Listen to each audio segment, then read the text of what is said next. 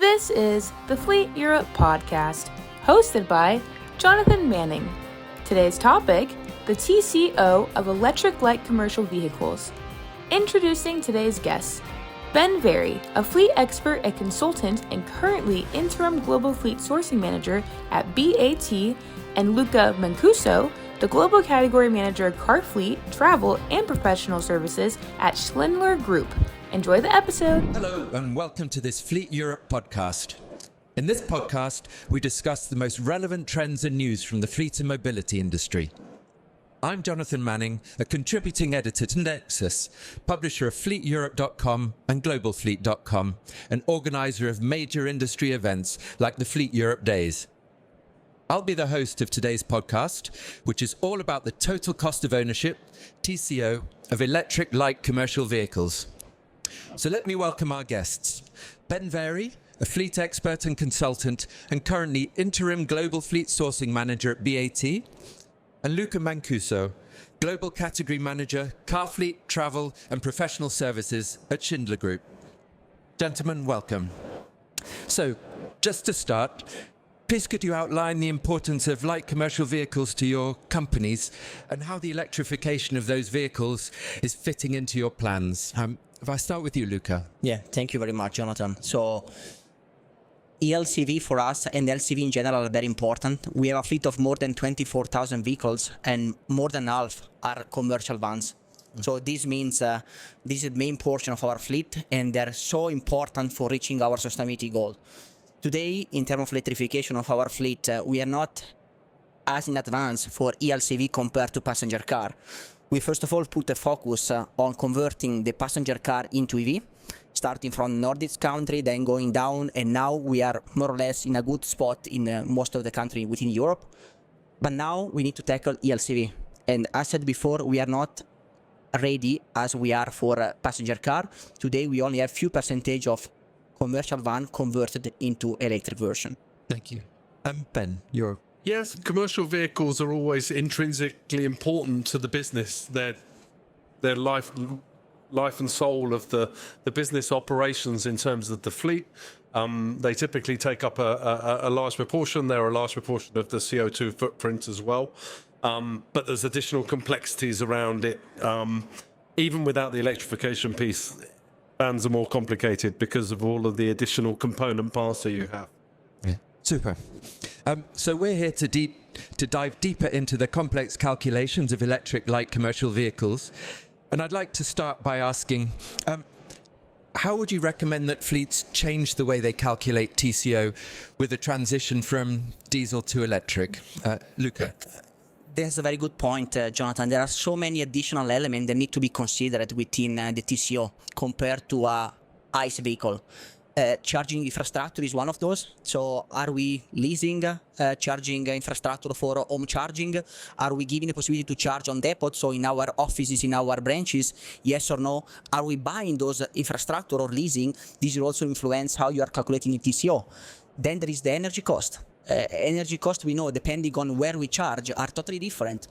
If we charge at home or in the office, we are speaking about 20 cents per kilowatt within Europe, more or less on average. If we charge on the street, public, the cost is totally different. And so also the TCO calculation, you need to consider that. And also the mix of the use you are doing between the different type of charging. Then we are speaking about as well the subsidy from the government, how those are influencing the cost element within the TCO for an ELCV. And also as well, how those will change in the future, because we see already, like in some country that were so important, like in Germany till mid-2023, and then after that they dropped completely. In the Nordics as well, those are already gone. In more countries, this will happen soon in the next year. So we need to also take this into account. Maybe some consideration you do today will not be valid anymore in 1-2 years. Therefore, this is adding a huge amount of complexity. Ben, would you have anything to add to that? No, I mean, I totally agree with the complexity. Charging time for PERC vehicles really almost isn't a consideration because people charge them at home, they charge them in the office. There are important business uses for the vehicle, which means that the time is important. So that's definitely an important part. But if you could flip that round and look at the positives, it gives you more levers to adjust and more things that you can change to streamline it. But the complexity is definitely much greater. Luca mentioned the implications of charging at home, at the workplace, in the office. How, as a fleet decision maker, can you forecast what your charging costs are going to be before you start to build a business case for electrification? I mean, you have to make certain assumptions when you're calculating your TCO, what percentage is going to be charged at an office or at home, and what percentage is going to be on the road. And that can have a real impact. You know, as Luca mentioned, the costs are very different, and that can have a real impact on the TCO. So you have to make an assumption up front. Whether that's borne out in reality is another matter.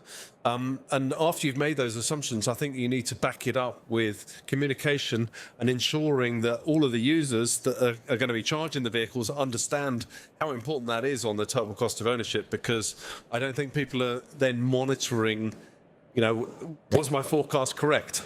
Are we actually at 60% or are we at 20% charging at home? So that's definitely an important part. And like I say, you have to make an assumption and go with it. And I think you can play with the figures a little bit in order to make the business case a little bit more attractive too. Yes. Yeah. Fully agree. And you know, one point you need to also consider more on the mid-long term, that sooner or later also the government in the different country will see a huge reduction on the taxes they are getting from fuel. And sooner or later, this will translate into more tax into the energy, into electricity. Yeah? We need to face this is a reality. Okay. Luca, you mentioned the cost of charging infrastructure, be it at the driver's home or at a workplace. Over how many years would you recommend that a fleet factors that into TCO? Because is it the first vehicle or is it a 10-year amortization? So it depends which kind of setup you select, because if you are opting for a leasing approach, then it's factored as a leasing cost, therefore it will stay. Because it's not only the infrastructure, but also the management of the reimbursement and everything that. If you are purchasing, normally we suggest 3 to 5 years to use this amortization period as an average. And we are using that and we are suggesting this to our countries. Okay. And Ben, do you see any pattern with ELCVs of employers paying for home chargers for their employees, for their drivers, or are they expecting the driver to pay for this? Well, I think typically you try and avoid the driver having to pay for that sort of investment, because obviously, you know, there are lots of HR implications with that kind of thing. Home charging is a complex topic, whether it's the installation or the reimbursement. What happens if they move? You may find a driver, you install a charging point at their home, they leave the company. What do you do then? You know, how do you balance the cost? So you've got, and the other thing you need to do is you need to shorten the lead time between making that assessment, installing the charger, and the vehicle being delivered to avoid those kind of issues. I've seen in the past where you've made a forecast, you haven't actually implemented for another year or so. Lots of drivers have moved, changed, left the company, and that gives you another set of problems to address. So it's more complexity. Yeah. Luca, could you elaborate a little bit about how changing the holding period or the lease period of a vehicle, either the mileage or the duration, can impact the TCO when you're looking at an ELCV compared to a diesel LCV? Yeah, you know, for the ELCV, this is a critical element because, you know, when you keep these vehicles short time, from one side, you could have maybe some, a smaller period for amortizing the investment. From the other side, you are more protected on the residual value, because the technology, especially in ELCV, still has something to do. Therefore, if you keep too long, the risk is that the leasing company will penalize you on the residual value, therefore your leasing cost, because in 4, 5, 6 years, those vehicles will not be totally attractive for the market. Therefore, you know, depending on market by market and need by needs, we need to evaluate exactly whether it's better to have a shortened period, but taking more risk on absorbing in smaller period the leasing cost, the lease price, or increasing the length, but with the risk to have the leasing residual value quite low. Okay. Close to zero, maybe. Okay. Therefore, it will impact you quite a lot on the monthly lease price. Okay. And Ben, do you see any movement to longer or shorter contracts? Yeah, I mean, I think initially people were doing like for like, right? And they were when they were looking at the lease duration. And I think as the reality dawned that the TCO break even is still some way off. I mean, you would argue in a lot of markets that you have to utilize that as another lever to make the business case, right? In order to get closer to the break even, which will give you the business case to move forward with the electrification. So it's another lever that you can use. But yes, Luca's point about, you know, the value of the vehicle at the end of the lease, if you take it too long, that obviously causes a challenge, and that's something you need to negotiate and look at the different scenarios with your leasing company and evaluate what's the optimum period to hold it.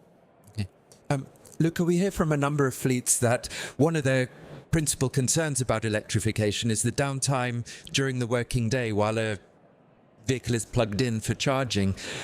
Is there any way of including that in your TCO forecast, of having an hourly cost for downtime? You know, that is not easy, Jonathan. That's why us, like many other companies, first of all, we started in converting those vehicles where we can give a home charger, or they go back to the depot and we can charge in our premise. The reason is exactly what you said. So if we basically need to charge public on the street, it's not easy to don't compromise the efficiency. Therefore, most of the companies are starting with the conversion that they can do by giving a home charger or a depot charger. Because of course, then you need to consider also the efficiency drop in your TCO. And today, this is not easy, to be honest, to calculate. You need to do some assumption. But we are starting, first of all, with home charging and depot charging. Okay. Ben, do you see any sums that people could apply as a basic rule? I've seen a couple of fleet managers who within their organizations have assigned some kind of cost and included it in the TCO calculation. But I think it's about making the charging as simple as possible. And I go back to that educational piece, educating people to charge when they possibly can, to start the day with a fully charged vehicle, so you minimize the risk of downtime during the working day. And I know that other people are looking at, you know, innovative solutions to bridge that while there's not significant enough fast charging infrastructure in the locations that they need, portable chargers, lots of innovative ways of trying to get around that. But it's definitely a cost that can be quantified potentially, and it's one that you need to consider in the overall evaluation. And I fully agree, maybe Jonathan, if I can add on what Ben said, what will be important when we deploy an EV, especially an ELCV, is training the people, training the driver. They are not driving a nice vehicle anymore. An EV vehicle has so many positive aspects, but also, I don't want to say negative aspects, but things that they need to understand on how to manage it. You know, to avoid them to have problem or inefficiency during the days. So this will be really important. Could I just ask from early experience what driver feedback has been from those who have tried an ELCV? Is it positive, negative, complex, easy? Generally positive, you know, across the EV spectrum, whether that's a car or a van. I think the overall experience is viewed positively, and I think finding ambassadors within the organization that can help to spread the word is an important, you know, part of your planning, because I think you need the buy-in from the end users, because you would be surprised how quickly initiatives can be talked down if the bad word gets around that people aren't enjoying something or is causing them inconvenience. But I think generally the acceptance is pretty good and people enjoy the experience. So you can find ambassadors for the initiative and further rollout if you select them carefully. Yeah. And I agree. I mean, finding the early adopters is much easier than scaling up. Because, you know, the early adopters are usually quite passionate about technology, and maybe they also experience in the private use for an EV. Therefore, it's much easier. What will be difficult then is doing the next step, especially in some country. US is one example where, you know, also from the mindset of the people, will not be an easy change. Again, turning to feedback that we've had from fleets, when they look at the cost of some of the ELCVs, particularly those that are now 4.25 tons, so typically the 3.5 ton shape vans, the feedback is they're very, very expensive. So I just wondered, between the sort of the small van, the medium van, and the large van, how the TCOs are comparing, whether there's a sweeter spot that from a business perspective, a financial case is more competitively priced against diesel? If I can maybe start on this, I mean, today, all the type of ELCV are suffering from, most of them from the residual value, rather than they are small, medium, or big. I mean, in our fleet, we mainly have small and some medium, not more, not bigger, but still, the residual value from the leasing company is where we are suffering. Because, of course, this is basically then fixing the baseline for the monthly lease rate. And today, compared to an ICE vehicle, this cost is dramatically high. Then, as we said before, we can compensate because if you look at the TCO, mainly the energy is the game changer. But again, we need to consider very well the mix of charging that we are doing between home, public, and depot charging. Because if we still today do a full home charging, maybe the TCO on 4 or 5 years could be attractive, especially for the small sites. But then, if we are starting to add some public charging with a good ratio in terms of weight compared to overall charging, it's less interesting. Okay. I mean, it's early days now, but experience from electric car fleets is that the vehicles are proving lower to service and maintain. Would you expect a similar model for ELCVs? Absolutely would, and I think we saw even in the presentation this morning where we were presented with lots of figures on the adoption of commercial vehicles versus passenger cars, that there's probably a 3-year lag for ELCV versus cars. We're seeing a scenario now where there are lots of cars with attractive TCO. That's a combination of more product availability, leasing companies being a bit less conservative with the residual values on the cars. At the moment, we see a shortage of product still, and we still see conservative from the leasing companies when it comes to the residual values. So if you put those two things together, then that causes you a problem in TCO versus combustion engines. So some of those things will need to adapt and change. And I think especially the availability of vehicles, especially in some of the smaller segments where there's still very little choice in terms of ELCV. A number of large companies have a timeline to decarbonize. How important or how useful do you think a hybrid or a plug-in hybrid technology might be if full electrification is not quite possible just yet? Is key. For example, also for us, it's very important, especially because we have 2 main targets. One is very long-term, 2040, to be carbon neutral, but the other one is 2030, which is now 5 years away. So therefore, it's quite close. And today, not in every market we can rely on solid, EV infrastructure, but as well also availability of models. Therefore, we are really relying on hybrid, full hybrid, especially in a lot of market. And this is today fully available for passenger car, but not for LCV. Now we have seen that few car makers, maybe one, is launching or is already launched a plug-in hybrid vans. Could be an option that we need to evaluate, but today we miss, for example, a full hybrid version for LCV that are helping us a lot, like in Spain, Italy, for decarbonizing our fleet while waiting to be more ready in those countries with a full EV conversion. Okay.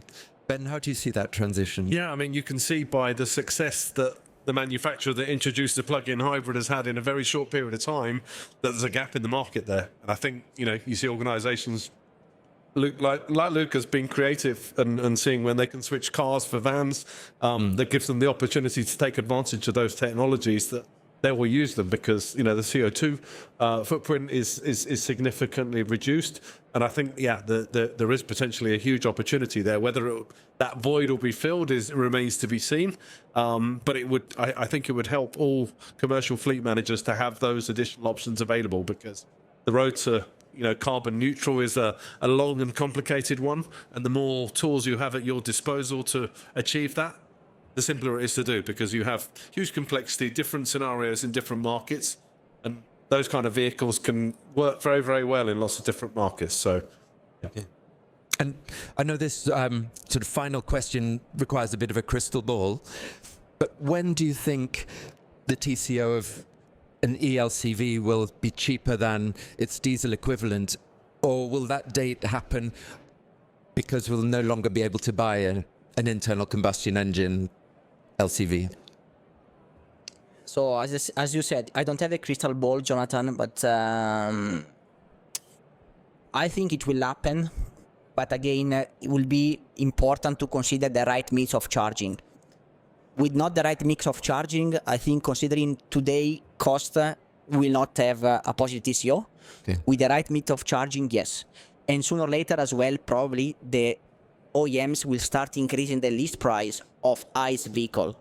Because probably they will produce less, they will need to amortize more cost. Therefore, this will probably help.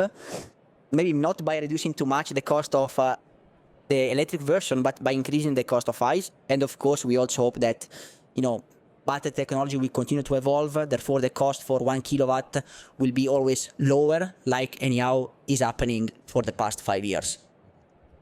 Ben, if you had to put... Yeah, I mean, I think that would probably go back to that, the tracking 3 years behind the cars. Okay. Cars probably give it another year or so and you'll really be at that, start to get to that tipping point. So based on that, maybe 4 years, but I wouldn't like to bet on it because, these things, there are a lot of variables, including all the factors that Luca outlined to incorporate into that calculation. But yeah, some way off. Okay. Gentlemen, we've covered an awful lot of ground very quickly. Is there anything else that you think would be really relevant to fleets starting out on this journey that you'd like to share?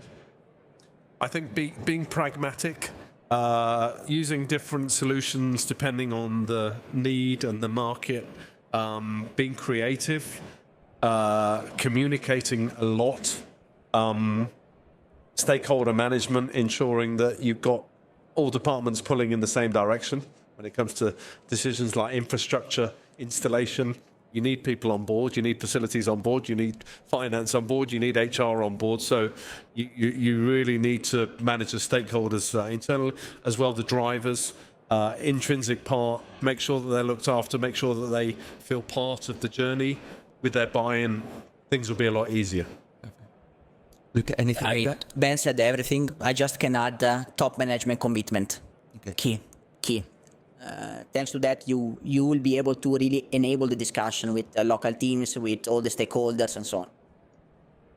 Perfect. Thank you. Well, Luca, Ben, thank you so much for your participation and to the audience for listening and watching. Follow us via fleeteurope.com for more insights into the fleet and mobility sector.